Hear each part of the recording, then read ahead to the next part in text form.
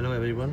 If you are going to install Windows 11 in your laptop or personal computer, and most probably it will ask you to log in with your email account to connect your computer with the Microsoft account. So today I'm going to teach you how to bypass this if you don't want to enter your email address and you want to access as a local user. So in that screen you have to be entered here your all information. So how to bypass, you have to press shift plus F10. Okay, this is shift in the keyboard and this is F10. So I will press shift plus F10 on both hands. So here is F. Okay, when I press shift plus F10 it appeared my screen command prompt.exe. So you have to type here OOBE here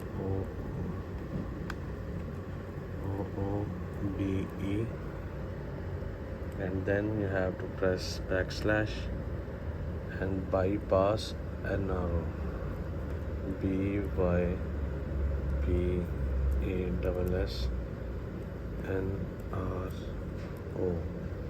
Okay, and we'll press enter.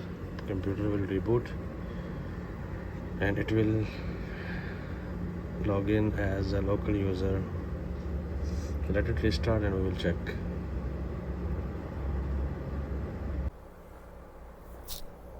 Yeah, right after reboot it appeared here one option that we don't have internet connection. So I will click on this button and it's asking me to enter the name. You can enter any kind of name over here.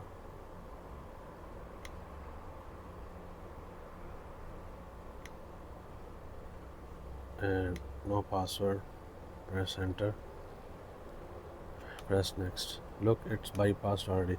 Make sure that do not connect internet and then you have to enter this command. Okay, if you are already connected to internet, you have to disconnect internet, like turn off your modem or turn off your router, and then enter this command and you will find option here down that we don't have internet connection, and it will bypass the other options and it will straight away to enter with the local account.